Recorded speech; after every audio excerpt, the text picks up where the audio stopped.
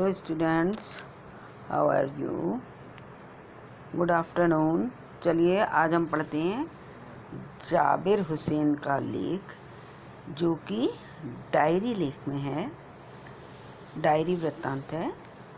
और उन्होंने, जाबिर हुसैन जी ने सालिम अली, जो पक्षी प्रेमी थे, उनकी याद में उनकी स्मृतियों का संस्मरण किया है उनकी मृत्यु के तुरंत बाद। तो जाबिर हुसैन जी बिहार में नालंदा ज़िले में उनका जन्म हुआ और वे प्रोफेसर रहे अंग्रेजी लिटरेचर के। उन्होंने पॉलिटिक्स में भी पार्टिसिपेट किया। 1977 में बिहार के एमएलए बने और साथ ही वो बिहार विधान परिषद के स्पीकर भी रहे। उन्हें तो जाबिर हुसैन जी को हिंदी, उर्दू, अंग्रेजी तीनों ही भाषाओं पर अधिकार था और तीन में लेखन भी करते थे। उनकी रचनाएं हैं डोला बीबी, अतीत का चेहरा, डोला बीबी की मज़ार, लोंगा, एक नदी की रेतवरी, ये कुछ प्रमुख रचनाएं हैं। उन्होंने काफ़ी समय तक राजनीतिक और सामाजिक जीवनों को में अनुपस्थित आम आदमी के संघर्षों को अपने साहित्य में प्रकट किया। जो उनके अनुभव थे पॉलिटिकल और सोशली, उन्होंने अपने लेख के माध्यम से उनको प्रस्तुत किया है।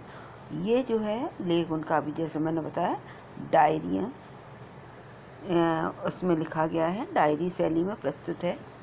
चलिए जल्दी पढ़ते हैं, नहीं तो कैसे लंबी हो जाती है आपकी और लोड नहीं होती। तो सांवले सपनों की याद, जैसा कि मैं अभी बता चुकी थी, उन्होंने सालिम अली, जो एक पक्षी प्रेमी थे, लेखक थे, उनकी मृत्यु के उपरांत उनके साथ जो उनके स्मृतियाँ थीं जाबिर हुसैन जी की, उनकी प्रस्तुति बड़ी ही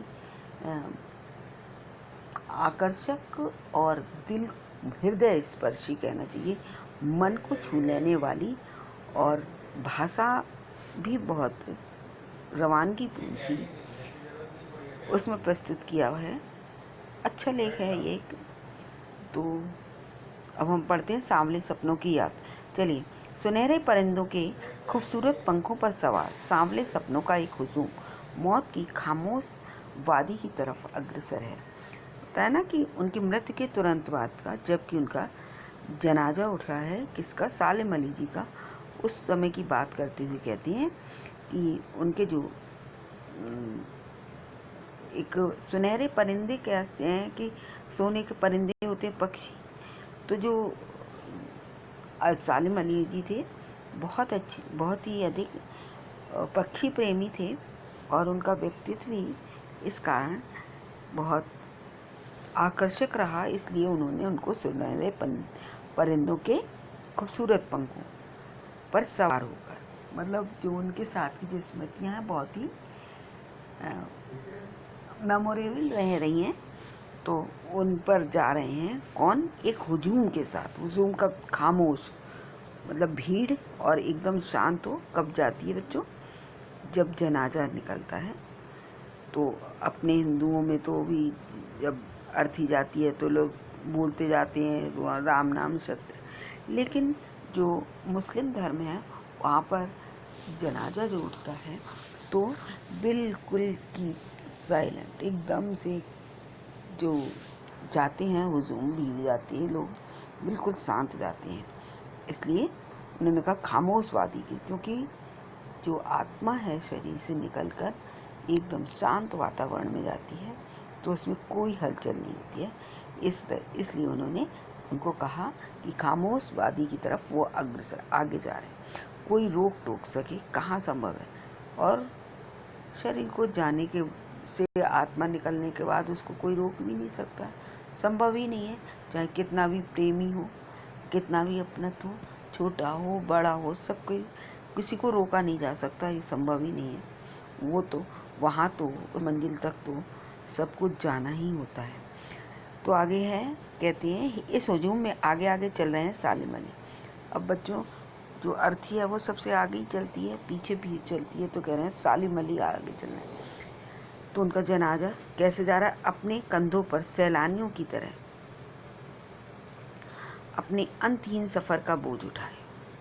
लेकिन यह सफ़र पिछले तमाम सफ़रों से भिन्न है। क्या कह रहे हैं कि जो उनके सफ़र थे, यात्रा, पक्षी प्रेमी थे सालिम अली, बहुत ही मतलब जंगलों में घूमना फिरना, तो वो यात्रा बहुत करते थे। तो कहते हैं लेकिन ये जो उनका अंतहीन सफ़र है जिसका अंत नहीं था, ये जो है बोझ सा उठाए हुए हैं, और जो अभी तक उन्होंने यात्राएं की उनसे बिल्कुल अलग है। भीड़ भाड़ की ज़िंदगी और तनाव के माहौल में सालिम अली का यह आखिरी पलायन है। क्या कह रहे हैं? अब इस समय जो उनके जनाजे के साथ जा रही है भीड़, तो और बिल्कुल अलग कैसे, उससे भी पलायन करना मतलब भागना। तो अब क्या है? अब किसी तरह का टेंशन ही नहीं है। तनाव के माहौल से कैसे हो रहे हैं? पलायन कर रहे हैं।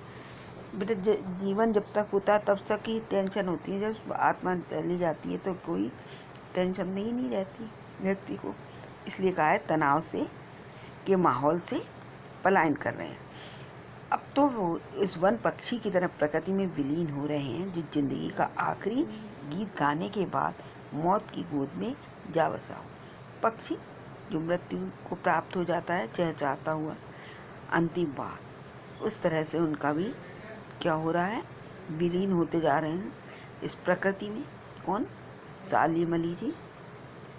कोई अपने जिस्म की हरारत और दिल की धड़कन देकर भी उसे लौटाना चाहे तो पक्षी अपने सपनों के गीत दोबारा कैसे गा सकता है? मृत्यु उपरांत कहना है किसी भी तरह से कोई उसको वापस ही नहीं ला सकता है, ना वो गा सकता, ना चहचहा सकता है। तो जावेद हुसैन जी कहते हैं मुझे नहीं लगता कोई इस सोए हुए पक्षी को जगाना चाहेगा, और कोई जगाना भी नहीं चाहेगा, क्योंकि एक चिर निंद्रा सुकून भरी नींद है वो। तो वर्षों पूर्व खुद सालिम अली ने कहा था कि लोग पक्षियों को आदमी की नज़र से देखना चाहते हैं, यह उनकी भूल है। ठीक उसी तरह जैसे जंगलों और पहाड़ों, झरनों, आबसारों को वो प्रकृति की नज़र से नहीं, आदमी की नज़र से देखने को उत्सुक रहते थे। तो सालिम अली ने भी अपनी इस मृत्यु से पूर्व स्वयं भी कहा था कि लोग क्या चाहते हैं, पक्षियों को भी किसकी दृष्टि से? मनुष्य की दृष्टि से देखना चाहते हैं। लेकिन यह उनकी भूल होती है। किस तरह से? उसी तरह होती है जैसे जंगल और पहाड़, झरनों और तालाबों, इनको जो है वो प्रकृति की नज़र से नहीं, आदमी की नज़र से देखने को उत्सुक रहते हैं। भला कोई आदमी अपने कानों से पक्षियों की आवाज़ का मधुर संगीत सुनकर अपने भीतर रोमांच का सूता फूटता महसूस कर सकता है? कोई मनुष्य जब पक्षियों की चहचहाहट सुने तो उसके अंदर मधुर संगीत सा बजने लगे और रोमांचित हो जाए, और अंदर से रोमांच का एक स्रोत प्रस्फुटित हो जाए, ऐसा महसूस करे वो, तो आश्चर्यचकित होने वाला एहसास की ऐसी एक ऊबड़ खाबड़ जमीन पर जन्मी मिथक का नाम है सालिम अली। अब लेकिन कहते कि ये एहसास हर कोई महसूस नहीं करता न मनुष्य, लेकिन कौन महसूस करता था? सालिम अली जी। इसलिए कहा है लेखक ने कि ये मिथक हैं, यानी एक अलग है, बिल्कुल झूठ है, कि सालिम अली ऐसे ही थे जो पक्षियों की आवाज़ सुनकर रोमांचित हो जाते थे, उनके हृदय में एक मधुर संगीत सा बजने लगता था। पता नहीं इतिहास में कब कृष्ण की वृंदावन में रासलीला रची थी और शोक गोपियों को अपनी शरारतों का निशाना बनाया था, कब माखन भरे भाड़े फोड़े थे और दूध छाली से अपने मुंह भरे थे, कब वाटिका में छोटे छोटे किंतु घने पेड़ों की छां में विश्राम किया था, कब दिल की धड़कनों को एकदम से तेज करने वाले अंदाज में बंसी बजाई थी, और पता नहीं कब वृंदावन की पूरी दुनिया संगीत में हो गई थी। पता नहीं यह सब कब हुआ, लेकिन कोई आज भी वृंदावन जाए तो नदी का सांवला पानी उसे पूरे घटनाक्रम की याद दिला देगा।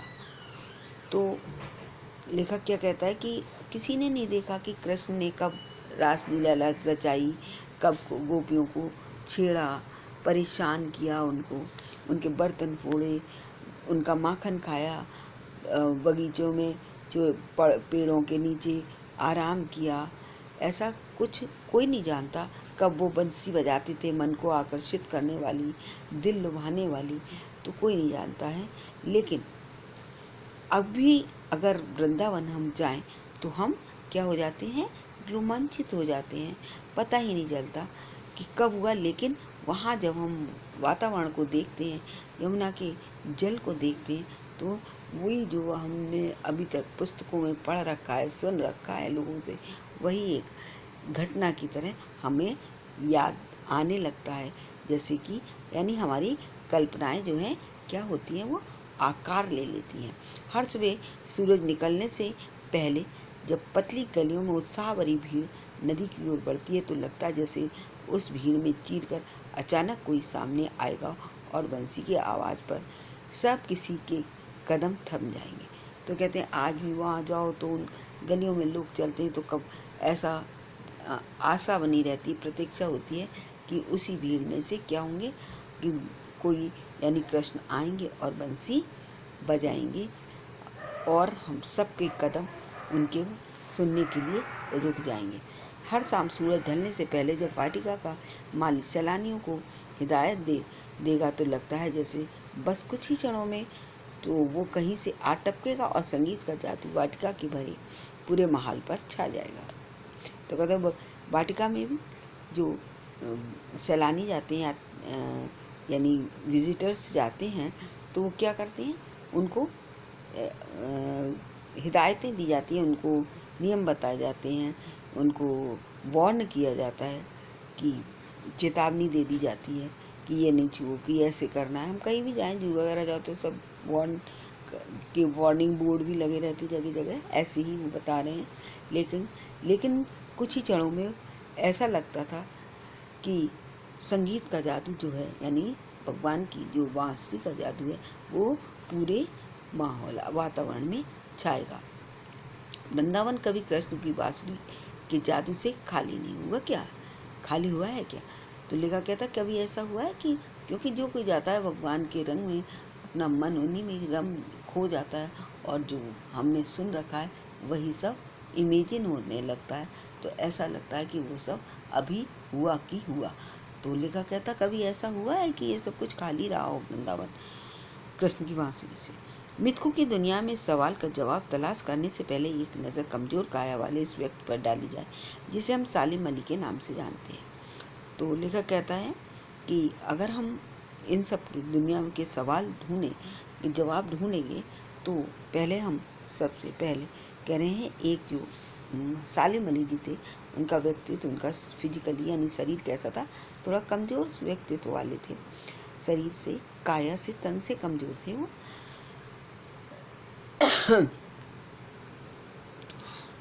तो कहती कि अगर उनकी व्यक्तित्व को चिंतन किया जाए तो पता चलता है उम्र की कोई सती तक पहुंचने में थोड़े ही दिन तो बच रहे थे, यानी 100 साल के होने में थोड़ा सा समय बचा था। लंबी यात्राओं की थकान ने उनके शरीर को और कमज़ोर कर दिया था और वो घूमते फिरते थे पक्षियों के पीछे पीछे, जाना घूमना उनकी रिसर्च के थ्रू। तो वो इस कारण वो कैसे उनका हो गया था, शरीर थोड़ा कमज़ोर हो गया था और कैंसर जैसी बीमारी भी हो गई थी उनको सालिम अली जी को क्या हो गया था, कैंसर जैसी जानलेवा बीमारी हो गई और जो उनको मौत का कारण बनी, यानी कि उनकी मृत्यु कैंसर के कारण हो गई। लेकिन अंतिम समय तक मौत उनकी आंखों से वह रोशनी छीनने में सफल नहीं हुई जो बच्चियों को तलाश और उनकी हिफाजत के प्रति समर्पित थी। सालिम अली की आंखों पर चढ़ी दूरबीन उनकी मौत के बाद ही उतरी थी। तो लेखक बता रहे हैं कि इतने बीमार थे, शरीर उनका इतना शिथिल हो गया था, फिर भी उनका जो अंतिम समय तक वो पक्षियों के चिंतन में, मनन में, उनको ढूंढने में और उनकी सिक्योर करने के लिए, हिफाजत करने के लिए, उनके बचाव की सुरक्षा के लिए हमेशा उनकी जो दृष्टि थी यानी उनके जो विचार थे हमेशा इस पक्षियों के प्रेम में, उनकी हिफाजत के लिए, उनकी सुरक्षा के लिए समर्पित रहते। तो अंततः वो दूरबीन के द्वारा ही जंगलों में भी अब कहीं भी जाते तो पक्षियों को दूरबीन से उनकी क्रियाकलाप देखते और उसमें इतना खो जाते कि वो उनसे जैसे कि बातें करने लगते थे। तो कह रहे हैं लेखक कि वो दूरबीन इतना उनको लगाव था कि वो दूरबीन उनकी मृत्यु के बाद ही उनकी आंखों से उतरी। उन जैसा वर्णवाचक यानी पक्षियों को देखने वाला अन्वेषक शायद ही कोई हुआ हो, लेकिन एकांत क्षणों में सालिम अली बिना दूरबीन भी देखे गए।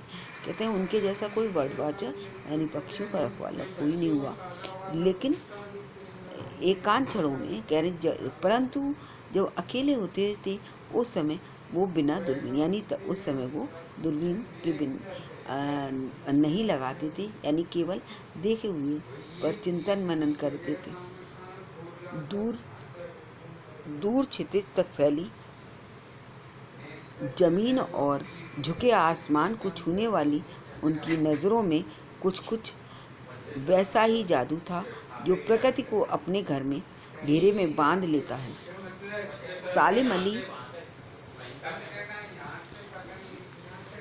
सालिम अली उन लोगों में थे जो प्रकृति के प्रभाव में आने के बजाय प्रकृति को अपने प्रभाव में लाने के कायल थे। तो लेखक बताते हैं कि जो क्षितिज में जो जहाँ पर ऐसा लगता है कि धरती और आकाश मिल रहे हैं वहाँ तक उनकी जो दृष्टि थी ऐसा जादू था, ऐसा प्रतीत होता था कि प्रकृति को अपने घेरे में बांध लिया है उनकी दृष्टि ने। और जो सालिम अली जी थे जो प्रकृति के प्रभाव में आने पर के बजाय कैसे करते वे स्वयं प्रकृति को अपने प्रभाव में ले आते थे। यानी जो सालिम अली जी थे वो प्रकृति से प्रभावित नहीं होते थे, प्रकृति उनसे प्रभावित हो जाया करती थी। इतना उनमें प्रभावपूर्ण उनका व्यक्तित्व था कि पक्षी उनसे प्रभावित हो जाए, प्रकृति उनसे प्रभावित हो जाए। उनके लिए प्रकृति में हर तरफ हंसती खेलती रहस्यमयी दुनिया पसरी थी। वो प्रकृति में बिल्कुल जीवंत हो उठते थे, उन्हें उसमें ऐसा लगता था हंसता खेलता यानी जीवित प्राणियों की तरह, मनुष्य की तरह सारा संसार में हो गया है जो पक्षियों का। यह दुनिया उन्होंने बड़ी मेहनत से अपने लिए गढ़ी थी। कहते हैं कि उन्होंने यह जो इतना लगाव पक्षियों के साथ है उन्होंने बड़ी मेहनत से बनाया था। पक्षियों के साथ अपना जो आकर्षण है वो उन्होंने उसके लिए बहुत मेहनत की, बहुत देखा, उन्होंने बहुत घूमा, पक्षियों का बहुत अन्वेषण किया। उनकी जीवन साथी तहमीना इसके गढ़ने में जो था ये जो जीवन उन्होंने बनाया पक्षियों के साथ अपना, तो कहते हैं उसमें जो उनकी जीवन साथी थी तहमीना ने उनको काफ़ी मदद की। तहमीना स्कूल देने में उनकी सहपाठी रही थी। जो उनकी पत्नी थी जिनका नाम तहमीना था वो जो है उनकी स्कूल में क्लासमेट रही थी, यानी उनके क्लास में साथ ही पढ़ा करती थी। बाद में उनसे ही उनका विवाह हो गया। अपने लंबे रोमांचकारी जीवन में ढेर सारे अनुभवों के मालिक सालिम अली एक दिन केरल की साइलेंट वैली को रेगिस्तानी हवा के झोंकों से बचाने का अनुरोध लेकर चौधरी चरण सिंह से मिले थे। तो बता रहे हैं कि उनका जो इस तरह से पक्षियों के कारण उनका जीवन जो था वो कैसा हो गया, तो बहुत रोमांचकारी था। उनके अनुभव जो थे सालिम अली के बहुत ही रोमांचकारी थे। उनको एक दिन जो उसमें केरल में जो साइलेंट वैली है और वहाँ जो रेगिस्तानी हवाएं चलती हैं, तो इस कारण तो उस साइलेंट वैली को वहाँ पर पक्षी बहुत होते बच्चों, तो उसको कह रहे हैं उसकी सुरक्षा के लिए, उस साइलेंट वैली की सुरक्षा के लिए उन्होंने किससे विनय की अनुरोध किया। उस समय जो पीएम चौधरी चरण सिंह जी थे उनसे मिलने के लिए, क्योंकि वो पीएम थे। चौधरी साहब, हाँ वे प्रधानमंत्री थे। चौधरी साहब गांव की मिट्टी पर पड़ने वाली पानी की पहली बूंद का असर जानने वाले नेता थे। तो जो चौधरी चरण सिंह जी थे वो गांव से बिलोंग करते थे, किसान के बच्चे थे। तो उन्हें भी जब बरसात की पहली बूंद भी पड़ती थी तो उसकी सुगंध से वो भी, उनका मन जो था एकदम झूम उठता था। तो यानी कि उन्हें भी पर्यावरण से बहुत लगाव था। तो इस कारण वे, जो सालिम अली जी थे, उन्होंने संभावित पर्यावरण का प्रदूषण होने की संभावना के खतरों को सालिम अली जी ने किसके सामने प्रस्तुत किया? चौधरी चरण सिंह जी के सामने। सालिम अली ने उनकी आंखें नम कर दी, जिसके कारण क्या हुआ? चौधरी चरण सिंह जी की भी आंखें जो थी नम हो गई, क्योंकि वो भी गांव से बिलोंग करते थे, इसलिए प्राकृतिक पर्यावरण के प्रति वो भी बहुत ही क्या कहना चाहिए, चिंतित रहते थे और उसकी सुरक्षा के प्रति भी बहुत जागरूक थे। तो आज सालिम अली नहीं, चौधरी साहब भी नहीं, तो लेखक बताते हैं आज दोनों में से कोई भी नहीं है, न सालिम अली जी हैं और न चौधरी चरण सिंह जी हैं। अब कौन बचा है जो अब सौंधी माटी पर उगी फसलों के बीच एक नए भारत की नींव रखने का संकल्प लेगा? ले कहते हैं अब दोनों ही जो पर्यावरण और प्रकृति के जो प्रेमी हैं, तो दोनों में से कोई नहीं है। तो उस मिट्टी पर या उनकी फसलों को उगाने में एक जो नया भारत बनेगा, उसके लिए कौन निश्चय करा, कौन दृढ़ संकल्प होगा? कौन बचा है जो अब हिमालय और लद्दाख की बर्फीली ज़मीनों पर जीने वाले पक्षियों की वकालत करेगा? ये कहता है उनको इतना लगाव, तो अभी सबकी उनकी सुरक्षा के लिए उन्होंने बहुत वकालत की। तो कहते हैं अब कौन है जो पहाड़ों पर बर्फीली ज़मीन में जो पक्षी रहते हैं उनकी सुरक्षा के लिए, जीने के लिए उनकी पक्षियों की वकालत करेगा? सालिम अली ने अपनी आत्मकथा का नाम रखा था फॉल ऑफ स्पैरो। तो सालिम अली ने भी अपनी एक आत्मकथा लिखी थी, जिसका नाम, उस लेख का नाम रखा था उन्होंने फॉल ऑफ अ स्पैरो। तो उसी का वो नाम क्या रखा, उसी समय से एक घटना थी जिससे उनका इतना लगाव हो गया था पक्षियों से। तो कौन सी थी वो आगे देखिए। मुझे याद आ गया, D.H. लॉरेंस की मौत के बाद लोगों ने उनकी पत्नी फ्रीडा लॉरेंस से अनुरोध किया कि वे अपने पति के बारे में कुछ लिखें। फ्रीडा चाहती तो ढेर सारी बातें लॉरेंस के बारे में लिख सकती थी, लेकिन उसने कहा मेरे लिए लॉरेंस के बारे में कुछ लिखना असंभव सा है। तो बता रही हैं कि जो लॉरेंस थे वो भी कैसे थे, पक्षी प्रेमी थे। तो उनकी जो पत्नी थी फ्रीडा लॉरेंस, जब उनकी लॉरेंस जी की मृत्यु हो गई तो लोगों ने उनकी पत्नी से ही कहा, अनुरोध किया कि वे अपने पति के बारे में कुछ लिखें, कुछ बताएं। तो फ्रीडा ने क्या जवाब दिया कि मैं उनके बारे में इतना नहीं लिख सकती जितना लॉरेंस के बारे में, मेरे लिए तो उतना कुछ लिखना असंभव है। क्यों? कहती मुझे महसूस होता है कि मुझसे अधिक जो ये छत पे मेरी रहने वाली गौरैया है वो लॉरेंस के बारे में अधिक जानती। यानी उनका मतलब क्या था, इतना पक्षियों से लॉरेंस को भी प्रेम था कि पक्षियों के साथ इतना समय व्यतीत करते थे। यानी पत्नी का कहना था कि मुझसे ज़्यादा परिचय उनका उस गौरैया से था, मुझसे भी ज़्यादा जानती है। तो उनका क्या था कि मेरे से ज़्यादा उसका परिचय, उनका दोनों गौरैया का परिचय, गौरैया लॉरेंस जी के परिचय से परिचित अधिक थी बजाय मेरे।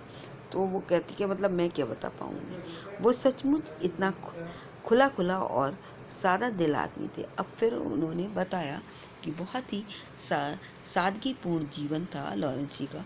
मुमकिन है लॉरेंस मेरी रगों में, मेरी हड्डियों में समाया हो।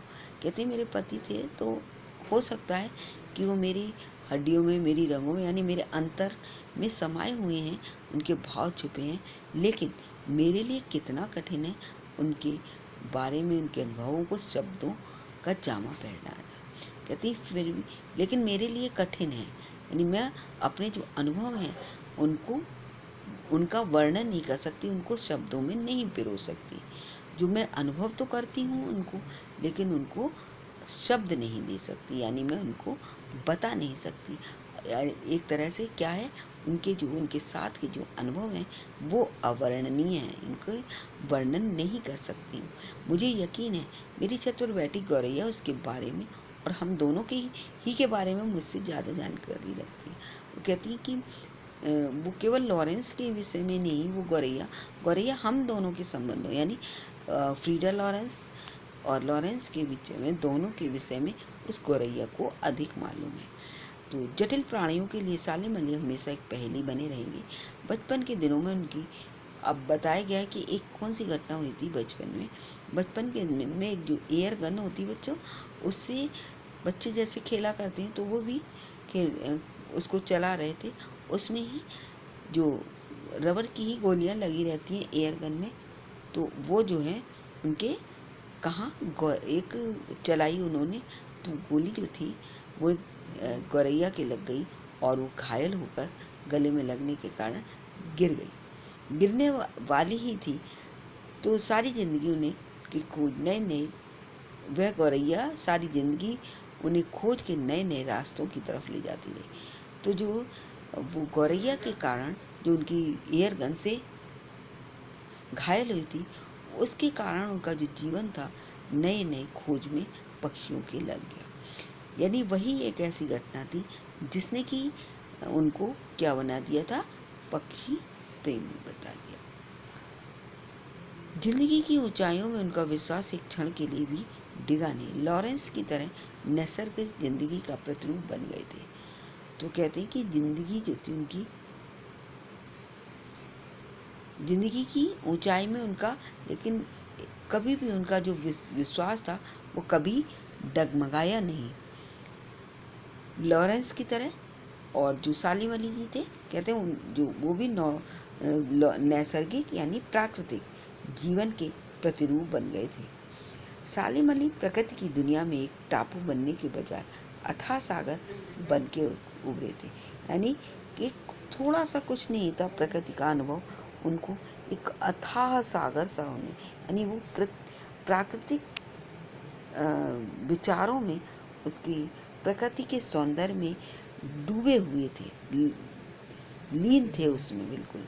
जो लोग उनके भ्रमणशील स्वभाव और उनकी यायावारी से परिचित हैं, उन्हें महसूस होता है कि वो आज भी पक्षियों के सुराग में ही निकले हैं। तो लेखक कहता है कि जो भी उनके सालिम अली जी की मतलब सफ़र से, घूमने से, भ्रमणशीलता के प्रवृत्ति से परिचित है, तो वो उसे महसूस हो जाता है कि वे ऐसा, वो आज भी किसमें, पक्षियों के सुराग में ही निकले, यानी वहीं पक्षियों के बीच में ही से कहीं निकल आएंगे और बस अभी गले में लंबी दूरबीन लटकाए अपने खोज नेत्रों नतीजों के साथ लौट आएंगे। तो कहते हैं ऐसा प्रतीत होता है कि अभी उन पक्षियों के बीच से निकलेंगे और वो दूरबीन गले में लटकाए हुए कोई नए अपनी अन्वेषण यानी खोज लेके लौटेंगे।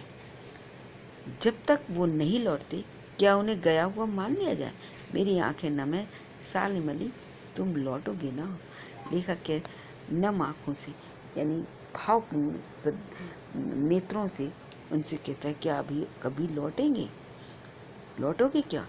सालिम अली जी को जब उनका जो जनाजा जा रहा है, वहाँ जाने के बाद उनकी आंखें जो है गीली हो गई, नम हो गई, भाव विभोर हो गए और उन्होंने क्या कहा कि मान लें, कि क्या उन्हें गया हुआ मान लें या फिर कभी आप लौट के आओगे।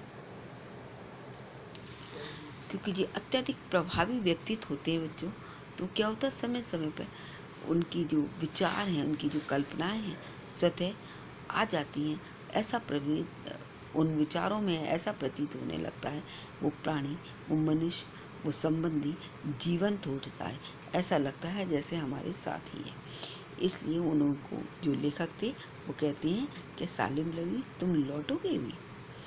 चलिए, आपका पाठ पूरा हो गया। जल्दी से प्रश्न थोड़ा सा बस समझ लीजिए।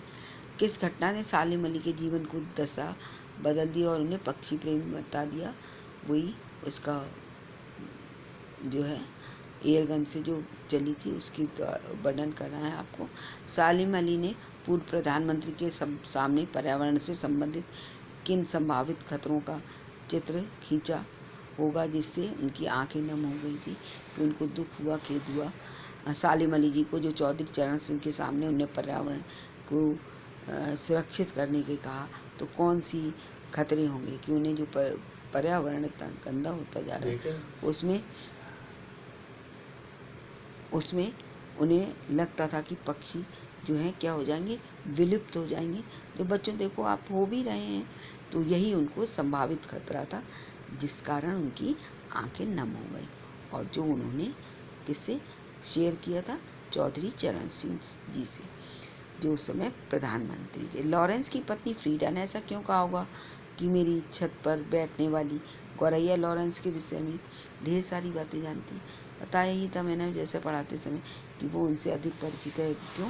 क्योंकि वो अधिक समय लॉरेंस भी उन पक्षियों के साथ गुजारा करते थे, इसलिए उनको ऐसा उन्होंने कहा होगा कि वो मुझसे ज़्यादा जानती। जिसके साथ ज़्यादा रहेंगे वही ज़्यादा परिचित होगा, उसकी आदतों के बारे में वही व्यक्ति ज़्यादा जानेगा। तो जो लॉरेंस थे वो भी उनके गौरैया के साथ ज़्यादा समय व्यतीत किया करते थे, इसलिए उनकी पत्नी ने फ्रीडा लॉरेंस ने ऐसा कहा। स्पष्ट करते हैं लॉरेंस की तरह नैसर्गिक जिंदगी का प्रतिरूप बन गए। कौन? सालिम अली लिख के लिए, जैसे कि लॉरेंस जी थे प्रकृति प्रेमी थे और उनका जीवन जो था प्राकृतिक था, वह सौंदर्य से परिपूर्ण था, तो वो एक पर्याय सा बन गए थे, उसका प्रतिरूप बन गए थे। दूसरा है कोई अपने जिस्म की हरारत दिल को धड़कन देकर उसे लौटाना चाहते हुए अपने सपनों को गिरता, क्योंकि मृत्यु के उपरांत कितना भी हम करें, जाने अपने प्राण दे दें, तो लेकिन हम उसको वापस नहीं ला सकते, शरीर को गर्मी नहीं दे सकते। इसलिए ये ऐसा कहा गया है कि हम धड़कन दे दें, चाहे कितना भी इनको जीवित करना चाहें, लेकिन नहीं हो सकता है वो दोबारा से। कैसे? तो वो पक्षियों के लिए भी कहा गया कि अगर हम पक्षी चाहें तो वे दोबारा चहचहाए, तो ऐसा नहीं हो पाएगा। नेक्स्ट है सालिम अली प्रकृति की दुनिया में एक टापू बनने के बजाय अथाह सागर बन के उठे। उन्होंने प्रकृति का से जो उनको इतना प्रेम था, तो उसका चित्रण भी जो उन्होंने किया एक बहुत संक्षिप्त नहीं किया।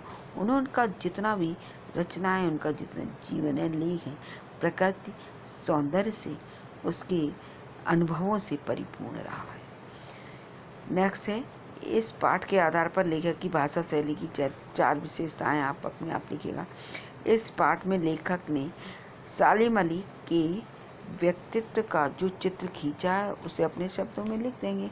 कैसा वो बीच में आया था, कि उनका शरीर कैसा था, शिथिल था, फिर भी वो लटकाए दूरबीन और घूमते रहते थे, तो ये सब लिख देना। सापले सपनों की आदत शीर्षक को सार्थकता पर टिप्पणी लिखिएगा। ये भी बता देंगे आप कि सामले के हैं जो पुराने सपने हैं, लेकिन सामले मन को लुभाने वाले होते हैं, जैसे भगवान कृष्ण सामले हैं लेकिन सभी को आकर्षित कर लेते हैं, मन को लुभाते हैं। तो उसी के आधार पर प्रश्न किया है कि सापले सपनों कहाँ गया।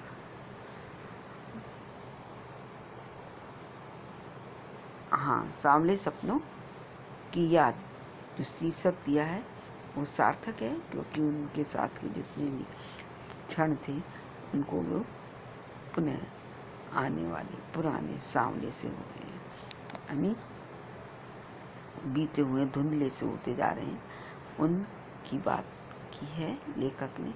चलिए, ये अब आपका पाठ पूरा हुआ। अब आप इसको जल्दी से सुन के इसमें से क्वेश्चन पूछे कि आपको क्या नहीं समझ में आया। वर्ड मीनिंग इसमें दिए हैं, वो भी पढ़ देना और अच्छा रहेगा, जल्दी जल्दी समझ में आ जाएगा आपको।